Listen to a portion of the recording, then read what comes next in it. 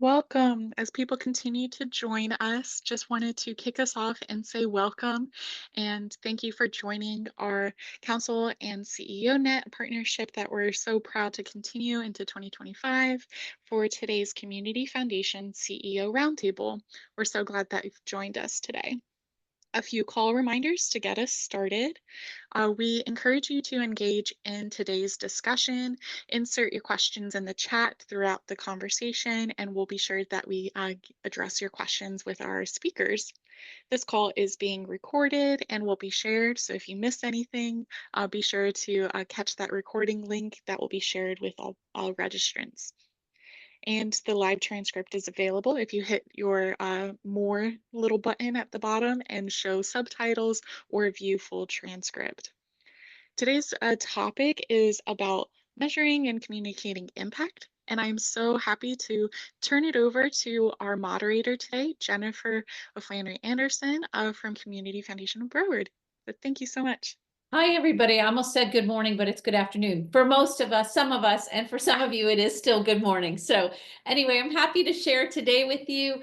We have a really interesting panel discussion. I hope you'll find this helpful to you.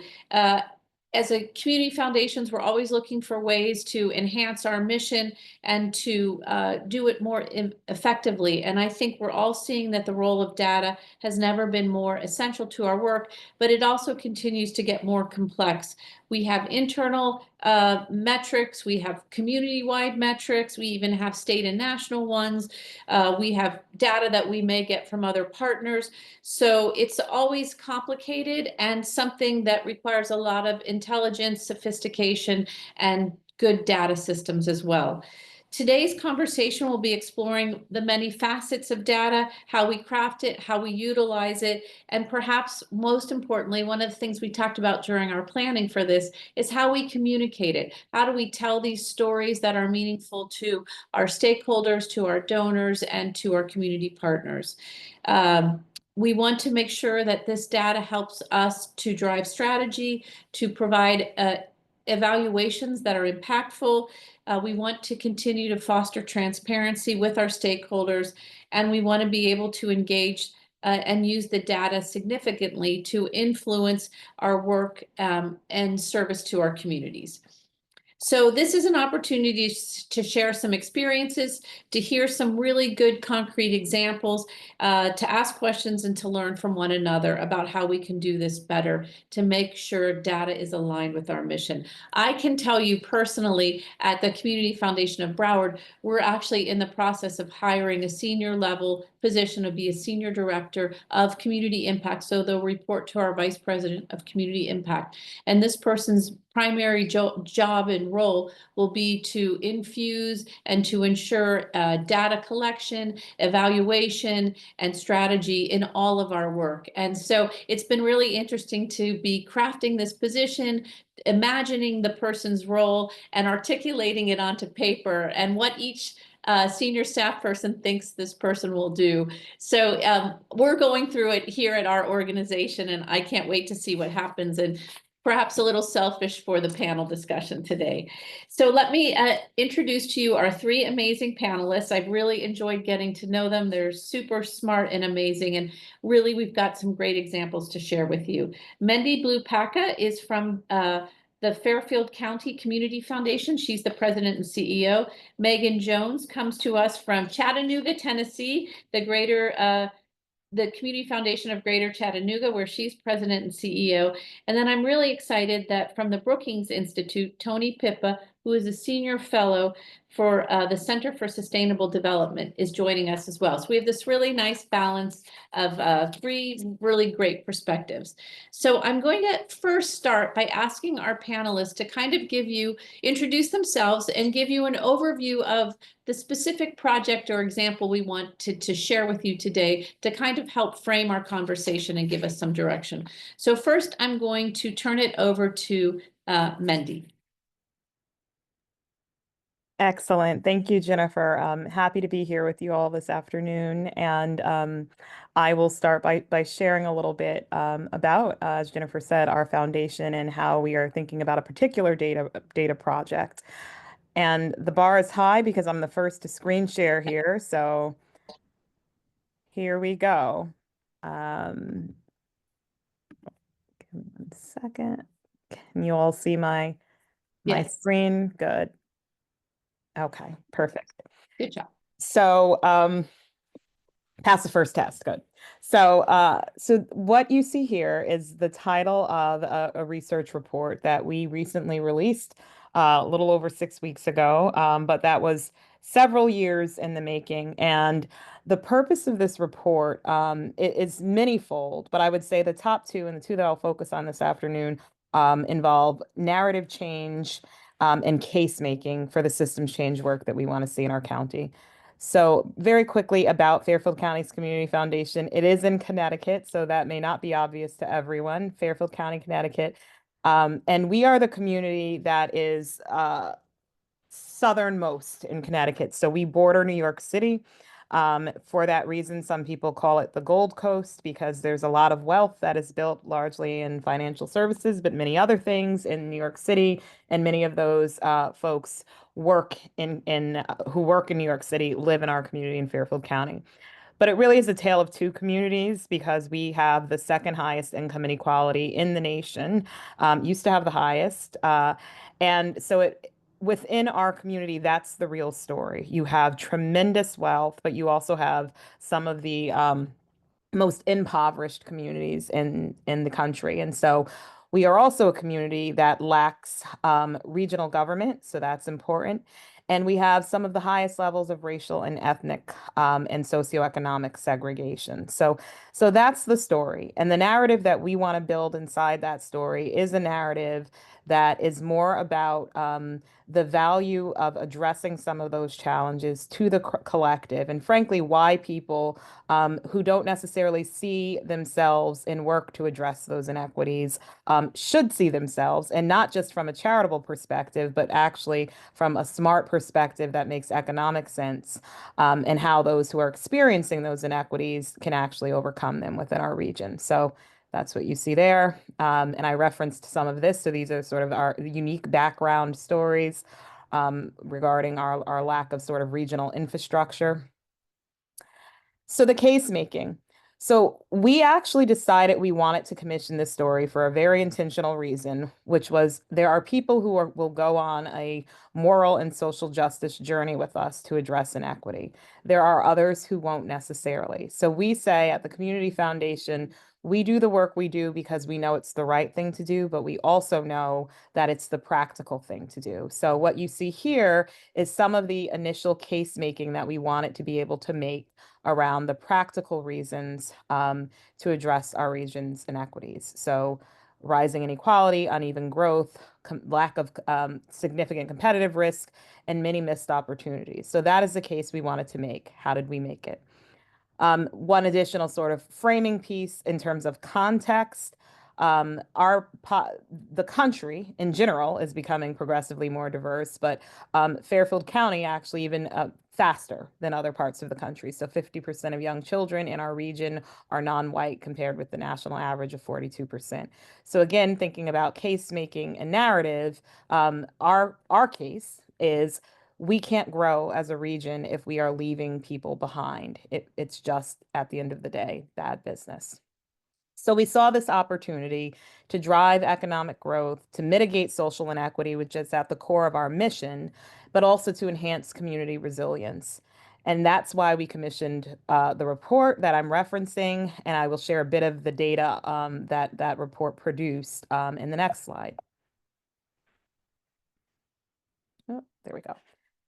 So this is a synopsis. So we partnered with, it was a federally funded project. We worked with our state delegation to secure the funding for it. We partnered with Urban Institute, who was our primary researcher, and then a local data provider that actually provides us a community well-being index on about a 3-year cadence. And so that combination of that national data partner and a state-based data partner resulted in the report that you see summarized here. So Again, this report is about the growth and the potential of our region.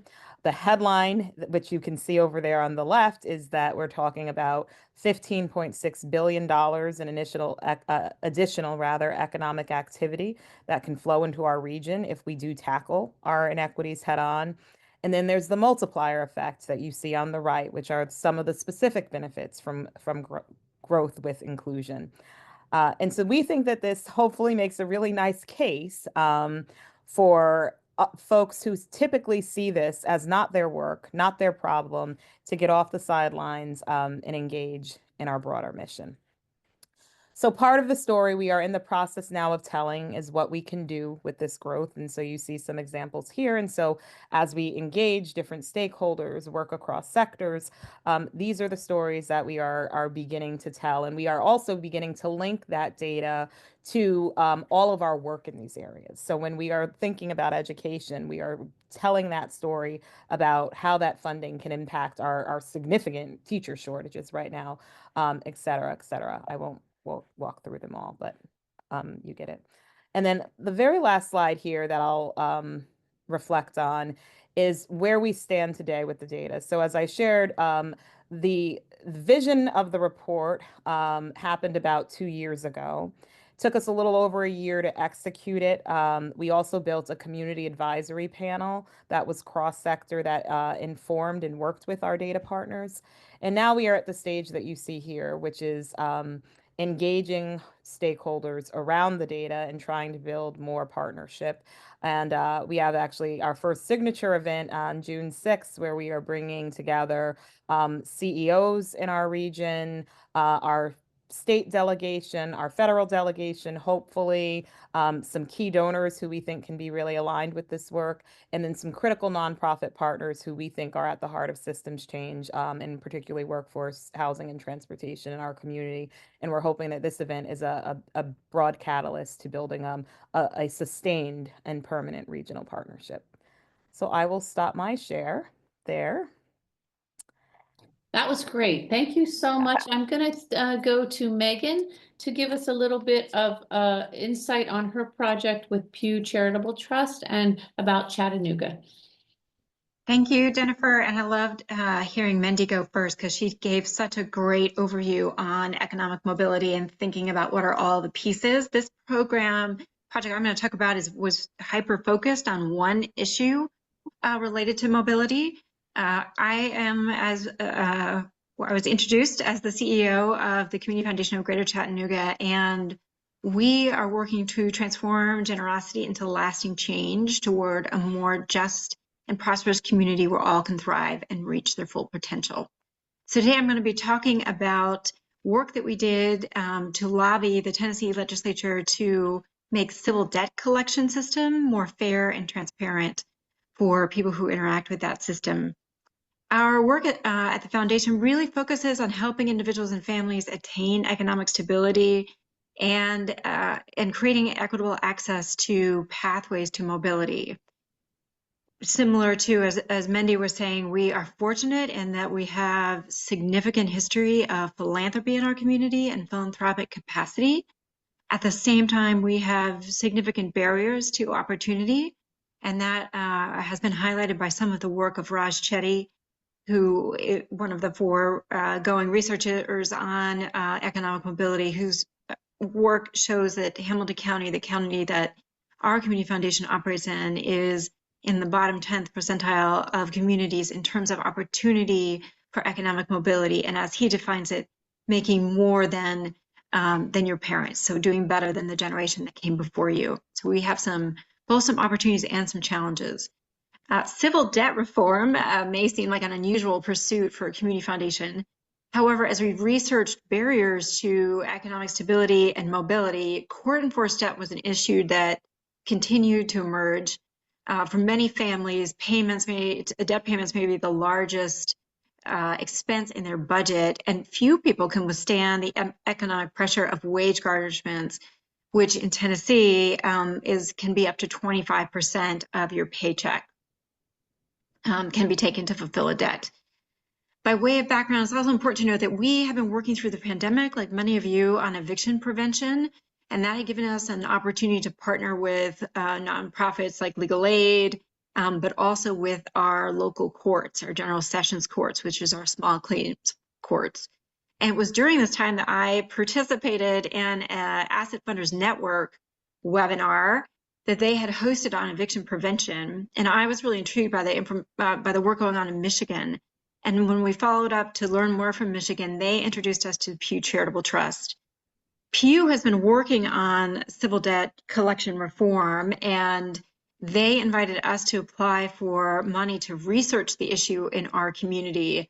We would not have taken that on without a partnership and a go-ahead from our local judges. And so we've reached out to them, and what they explained to us is while they have a data collection system for court cases, they didn't have the capacity to do a backward-looking look that could allow them to understand trends. And that was creating that meant it was hard for them to identify areas where for improvement. So Pew invited us to do a 5-year look back. We have, just to give you a sense, there's about 10,000 cases a year that are filed. And generally, these are consumers versus individuals who the majority of the time are not represented by counsel. So that was something that was, and most of these are small claims courts, so they're around $2,000 is the average lawsuit that is being brought. But once they go through the court process, that can be increased by 50% given court fees and attorney's fees. So it's something that can really be destabilizing for a family or an individual. I'm going to show you a couple specific data slides in a minute, but I did want to mention two things, which is that, and this will come up when I talk about the legislation, I'll come back to this.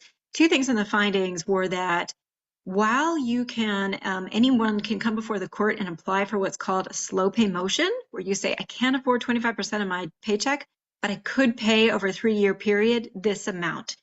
So that's a protection under Tennessee law. And our look back showed us that fewer than 5% of people were accessing that. So here was a protection available that very few people knew about or were accessing. The other thing that we learned was you could file an asset protection form, which would allow you to protect your bank account and other assets, but less than 1% of people was using that. So systems in place, protections in place, but few people aware of them. I will now share my screen here. Mindy did such a good job, set the bar high. I'm gonna just try here. How is that for you all? Okay, great. So some key findings that were really important. I've mentioned that about 50% ended in default judgment. That means the plaintiff got an automatic win because the defendant did not show up for court. So there was no case before the judge that was heard. And about 51% of cases end up in a garnishment. So either 25% of the paycheck of the defendant or the entire bank account. It was also important for us as a foundation to understand that this issue has a disproportionate impact on low-income families. And you can see there, it's about 3 times more likely to be sued if you're in a family that or a household that is making $50,000 or less. It also disproportionately impacts majority Black neighborhoods, more than double the likelihood. That was the data we could get. We couldn't get individual IDs, only the addresses of where people had been sued, because that's what the court files had provided for us. So that's the disproportionate impact. What was really important when we were talking to our legislature is for them to also understand it has a broad impact, this issue, that over 45% are at 300% of poverty. So that is your ALICE families, and lots of people are using the ALICE data, asset limited income constrained employed. And so that was helpful for our legislature to understand that this was impacting a broad swath of people, and we talked about this. Legislation that we put forward, I'll end my screen share there, was to originally to ask that all creditors provide information about the original debt, because one of the things we learned in our research was that about 50% of the cases in our counties were brought by debt buyers. So a company that purchased the original debt And we hypothesized that that could be one of the contributing factors to why people were not coming to court, because they didn't recognize the party that was suing them. They didn't know that their Sears card had been purchased by a debt buyer. So we proposed, what we ended up passing unanimously, I will say, through House and Senate, was a bill that would require debt buyers to provide additional information when they sue a plaintiff about the original debt. So that was one piece. And the second piece was to require the plaintiff's attorneys for the debt buyers to show proof of the debt in a default judgment situation where a defendant does not appear. So giving the judge more information to review before a judgment is entered. Okay, Megan, thank you. Did you find that most of most of this was debt? It wasn't child support or other things. It was credit That's card right. debt. Okay. Individual debt. Child support is under a separate section of the law, so this only addressed consumer debt. What about healthcare? I was thinking that could be. Absolutely, healthcare. And healthcare shows up in two ways. One, as a medical debt. Often, also, those are some of the debts that are purchased by debt buyers. And then two, it shows up on credit card debt too. Because you might pay for your procedure with a credit card. All right. Thanks, Megan. That was really interesting. And finally, last but definitely not least, Tony has a really great example of the Brookings Partnership to study some rural collaborations with some place-based funders. So Tony, turning it over to you. Thanks, Jennifer. I'm Tony Pippa. I'm a senior fellow in the Center for Sustainable Development at Brookings, as Jennifer said. I have an initiative that's focused primarily at the policy level on how making sure that federal policy serves rural and small towns across the nation as effectively as possible. But as part of that initiative, we've recently launched a community of practice amongst the leadership of place-based foundations that are serving predominantly rural places. And I'm going to, rather than talk about a specific project like Megan was just doing, talk a little bit more just about a set of practices that we've heard as we've been working with these particular CEOs and executive vice presidents on how they're trying to use data in a rural place to inform the work that they're doing. Also, just by a bit of background, I have philanthropic experience in my background. In fact, I created one of the first departments of philanthropic services at a community foundation back in the 90s at the Triangle Community Foundation in North Carolina.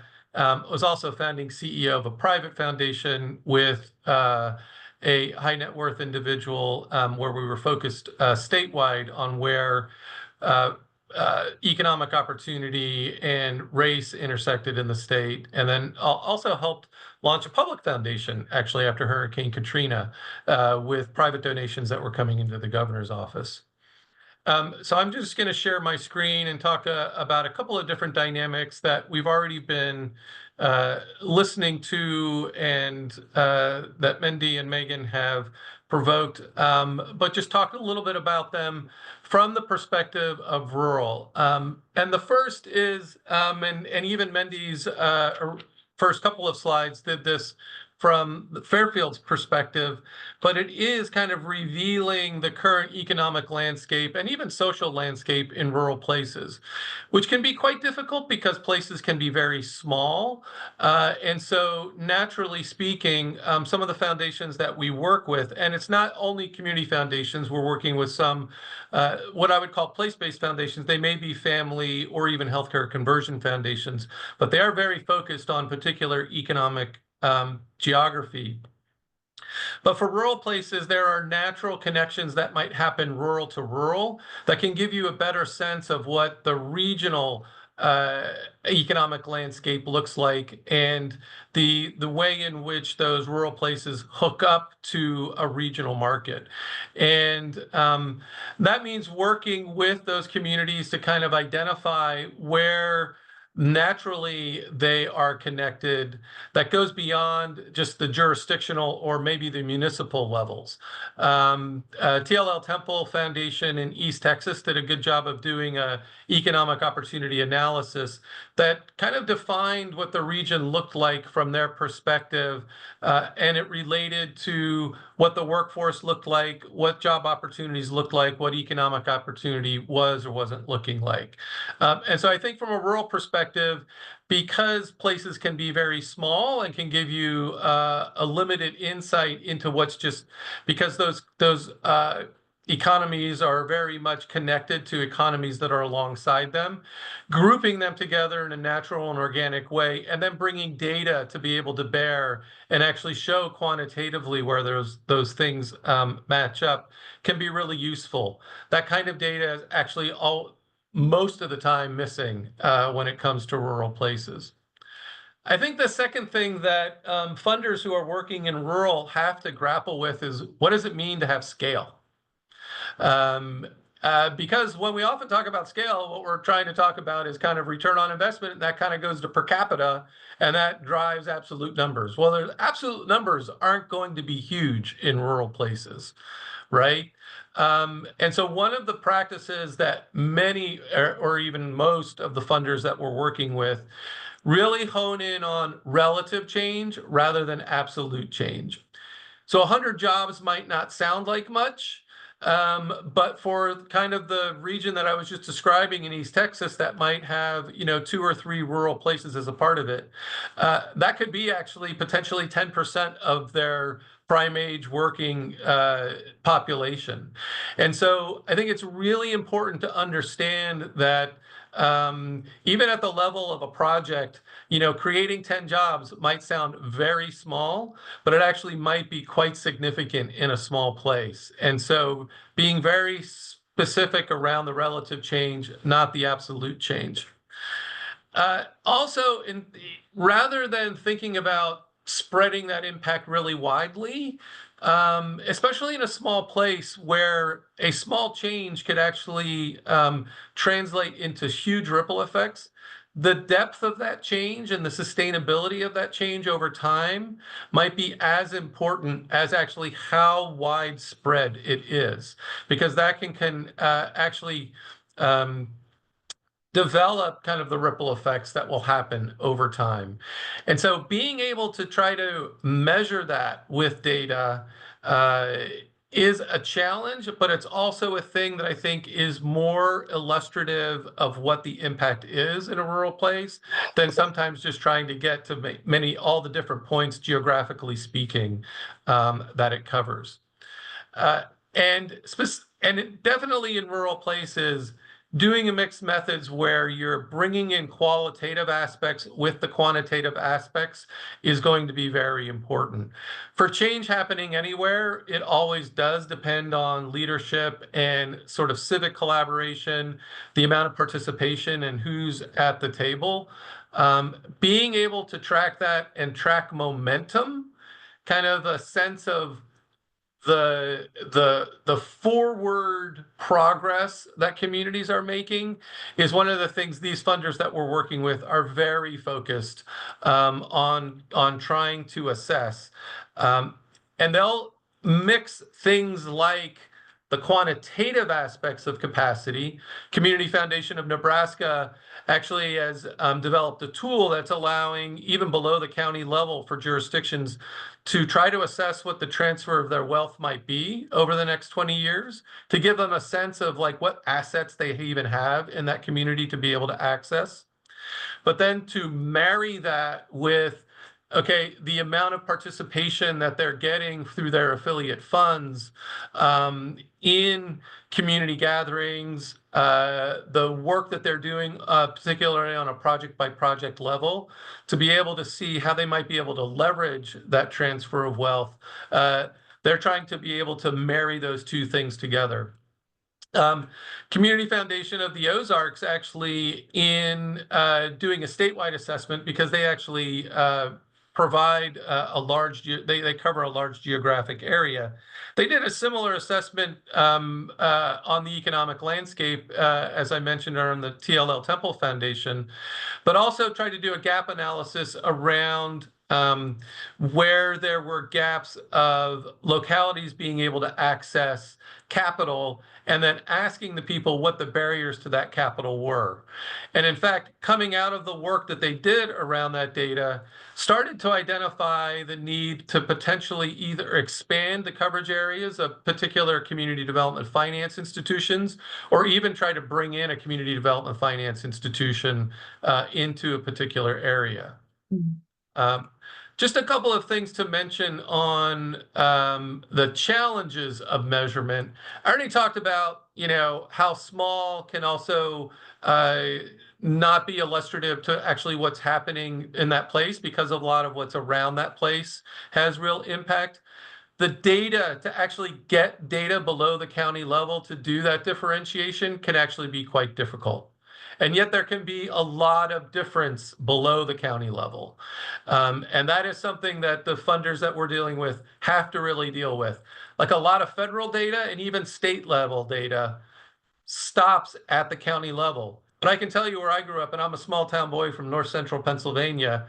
The town I grew up in, 1,800 people.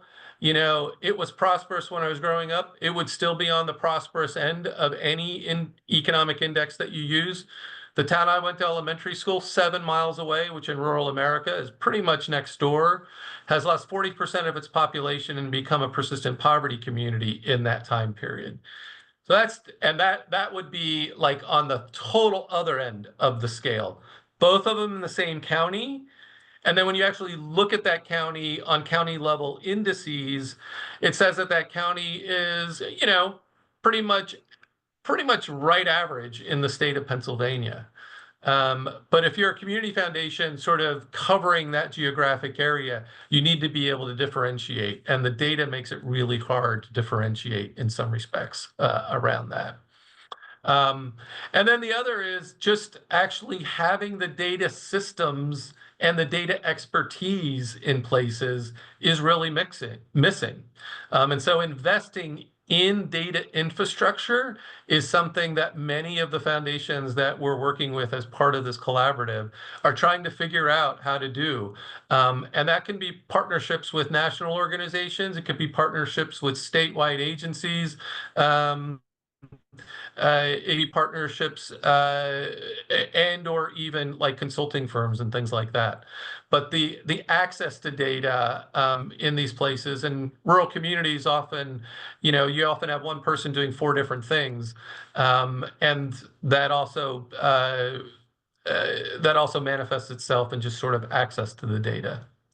The final thing I will just talk about is pretty much to a foundation. They find it really important to mix the data story and the evidence, even on their projects or on the larger economic aspirations that they might be investing in, with stories.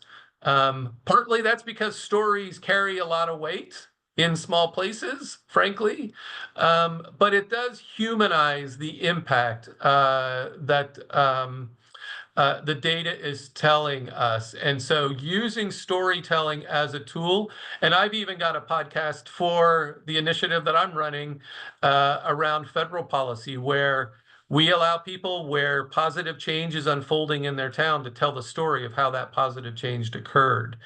And it just really humanizes the effects of decisions. And it is a tool for building momentum to change. It's not just about mixed methods for understanding what progress looks like, but the mixed methods actually also enable a narrative that's different for the people that they're even investing in through their grants, if that makes sense. But I'll leave it there, and I'm looking forward to the conversation. Thanks, Tony. That's great. I think the topic about the challenges with collecting the data and limitations, it made me think of, we do a lot of work with our school district, and we're trying to look at a topic of gender achievement, and they have district-wide data, but then trying to get into neighborhoods or different types of schools or elementary, middle, and high school, it's really hard to get that data. So I was going to ask Megan and Mendy if they could share maybe some stories or examples of some challenges they had in this wonderful topic of data collection. I'm happy to start. Yeah, go ahead, Megan. We had some significant challenges that were overcome because of our partnership with Pew. So what we learned, we were trying to understand the impact of civil debt collection on our county, was that the court systems that they use to track cases wasn't really designed to give that kind of look back that could show you where there could be systems change opportunities.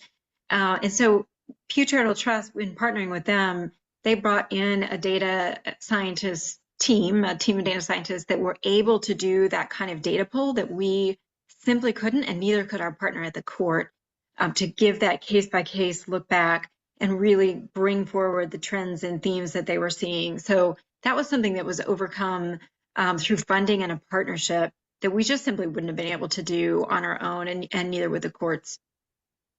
Oh, that's great. Mendy.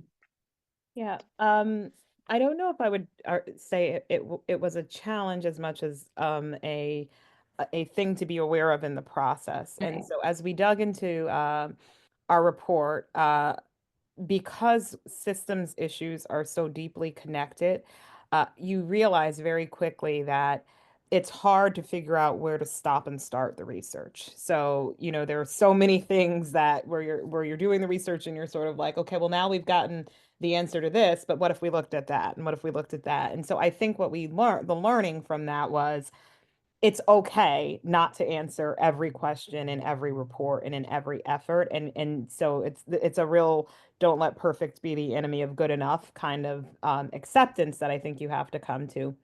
And so for some of the big things, we actually ended up naming the limitations in the report. So we said, we really dug into education, workforce, housing, but we realized there's this critical component of health equity that feeds into all of this, that this report isn't actually going to give you sufficient grounding in, but that's okay because we got to what we needed to get to. And then there's always more that you can use to build upon. So I would say just having that sobriety to say, it's okay if it doesn't tackle every single thing. Still keep going. Well, that's the key to getting a PhD. I can tell everybody your dissertation doesn't have to be perfect. You just have to acknowledge all the flaws in it and what you would do differently. And thankfully, I do that very well and was able to pass my dissertation. Otherwise, no such luck. Tony, anything you want to add to this? To build on Mendy's point, that is actually a huge challenge in rural communities because smaller communities, the interdependencies are just very real. It's really hard actually to tease out, say, health and the important like because health and education and jobs and housing, those people feel them all very holistically at once. And in fact, that is actually a real challenge for some of the rural funders is to say, where do we want to spend our time? Because they do like the data that they're getting back, especially the qualitative data, people don't really make a distinction between those things. And frankly, there are like healthcare is a good example. The health economy itself is a real driver and can be a really big proportion of the economic activity in a particular place. Um, uh, and so it's as much about the institution and the jobs it provides and the economic activity that's available off of the health being provided at the same time as you're looking at the health outcomes themselves. Like, but those two are related, but they're two different things. And so actually teasing out using the data and then figuring out how do you want to inform strategies around that can be a real challenge. And just to build on Megan's point, like the report I talked about around TLL Temple, they had a partner for that report. They had to make an investment because they had to draw from a lot of different data sources that it was going to be really hard for them to do. Community Foundation of the Ozarks, they partnered up with Rural LISC, which is a national organization, to be able to bring their expertise and be able to collect that data that was, that needed some forensics basically. Like I often feel like, it's a forensics exercise when you're looking for data for rural. And so those kinds of partnerships are actually really important because they bring the expertise and the experience, rather than also just starting it from scratch, and trying to do it on your own. Tony, that's a great point. So for Megan and Mendy again, partnerships, unexpected sources where you found data you might not have. Who ended up kind of helping in unexpected ways? I'm happy to jump in here.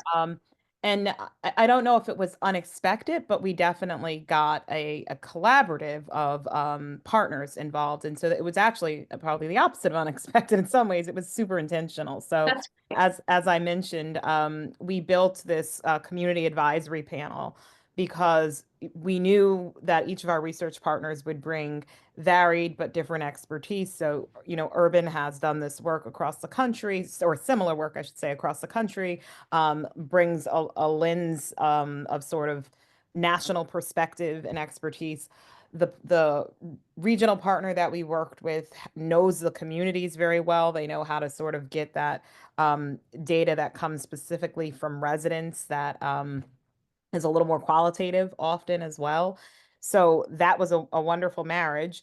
But then that really didn't speak to who is sort of working through and living these realities. And so that was the purpose of the community advisory panel. And so again, that was really a very intentional cross-sector group. So we knew it was two things.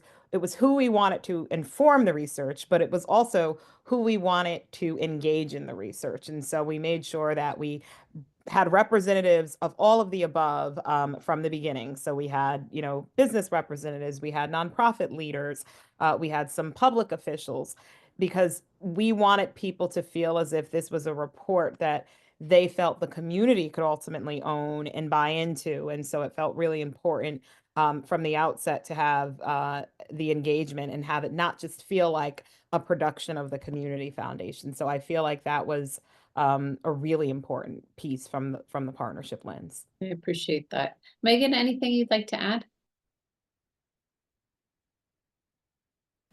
We had a couple unusual kind of stakeholders who helped us understand this issue from different perspectives. So one of them was just people from the creditors bar, attorneys from the creditors bar, and bankruptcy attorneys explaining the process on their end. Even had some payday lender or some former debt buyers who helped us understand it. And then what was really helpful is hearing from employers and banks about the hardships that garnishments create for their businesses. That was something that was important for us to be able to share with our legislature as we were talking about how civil debt impacts our communities broadly, and some maybe unusual stakeholders, but brought a lot of different perspectives into our understanding of the issue. It's really interesting because it's one of those things where people keep working on it, but don't think of, well, how could we work to fix this or minimize it or resolve it? You just keep getting, doing that task and thinking is how, not even thinking about resolving it, but just figuring out how you're going to keep pushing through this complicated problem that doesn't need to be. So it's really interesting to me how you found this segment and then really built an interesting group of advocates to help find solution and build. You have to build awareness and understanding of an issue that's not top of mind. Absolutely. Yeah. So one of the things that came up in Tony's comments, he talked about storytelling and scale, and that makes me think about communications. And so talk to me a little bit, share a little bit about your communication strategy, how you involved perhaps storytelling or other ways you took these topics and kind of brought them to life for community partners and for your donors and fund holders.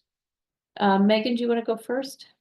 Sure, I'm happy to go first. I mean, anyone who's been listening to this realizes that the issue we took on was pretty wonky, to use a technical term, civil debt collection reform. And so our challenge was really tying that to economic mobility and showing how it's civil debt and court enforced debt is a drag on mobility. So we might have programs that are investing to help people move up the ladder, but this is something that's weighting families and individuals down. So being able to get that up at a high level, because most people are not going to want to get into the details of all of the data that I shared with you. They're going to want to understand it at a high level. Probably the best tool that we had was that we created a video. We had a big meeting, our annual meeting, and we profiled this issue.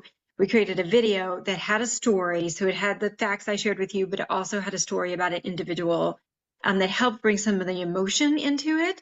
And it had a panel with the folks from Pew and then also one of our judges. And that helped folks in the audience, mostly our donors, understand it from different perspectives. So those were some of the, I think there's still work for us to do. It is a wonky issue, and so I think continuing to boil it down into how this impacts individual lives is work we're still doing. Great. How about you, Mandy? So very much still a work in progress for us as well. Our report in terms of release is still relatively new. I think it's like 4 to 6 weeks live, and so we are weaving it through so much of how we communicate in this moment.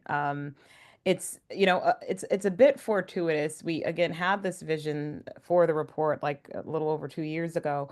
Um, but in the current moment that we find ourselves, I think its value has become even more powerful because our work is really rooted in equity. And that is, for lack of a better way of saying it, that's a word that has been quite weaponized in our society.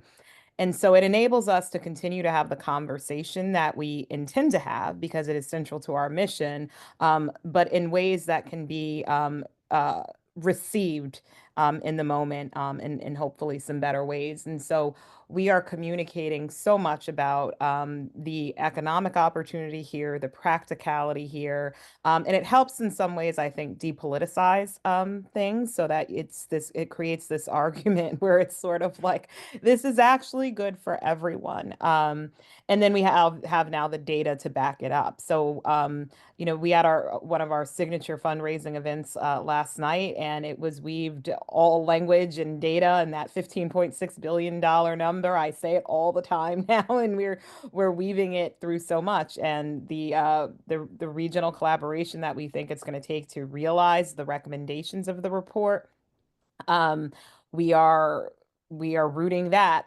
everything that we do in that as well. And that was, I guess, one piece I didn't mention in the course of my overview.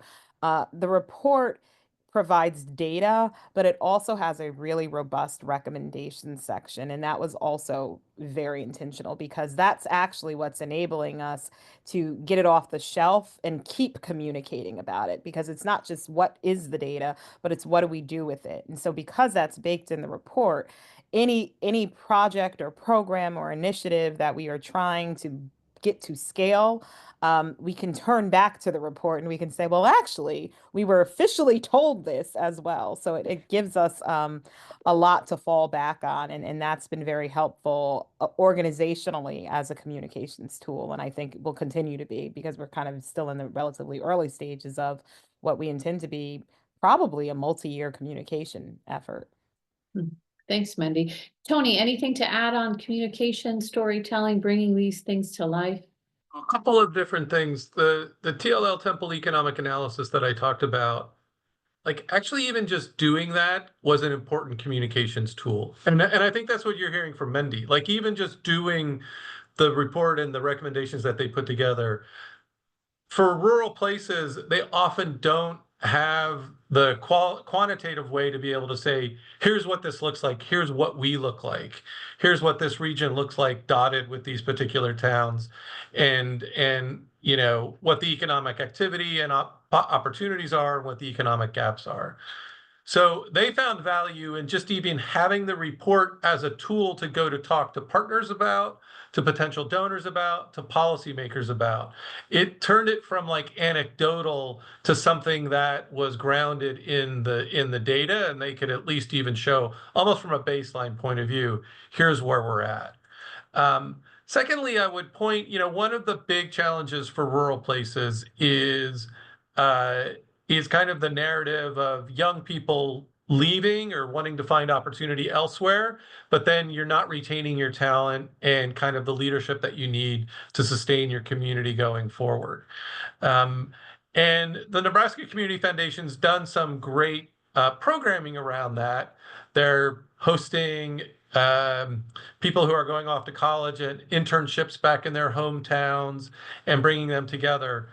But it is amazing the extent to which they are doing using video, using audio, using social media to be able to show the impacts of that with the students themselves and the people who are doing those particular projects, talking about how it's allowed them to understand their town in a different way. And I think there's just something qualitatively different than communicating in a newspaper article or on a written page than to have like a minute video or even snippets that then get to be shared around virally that have people themselves actually talking about their own experience and the impact it's had on them. And I have to say, I was really impressed. I've been out there a couple of times, and they always have a photographer and a communications person following along, sort of capturing those images, capturing those sound bites, getting people to talk and trust and sort of representing themselves rather than the foundation representing its work, if that makes sense. And I think it's just been really powerful for them. I think it's created a sense of momentum amongst their donors and the community folks that they're investing in. It's a whole different way to kind of, and they've got survey data that they can put out and show, here's what the kids say. But when you hear the youth themselves speak about it and see it, it just has something that just hits more directly to the heart, I would say. I agree.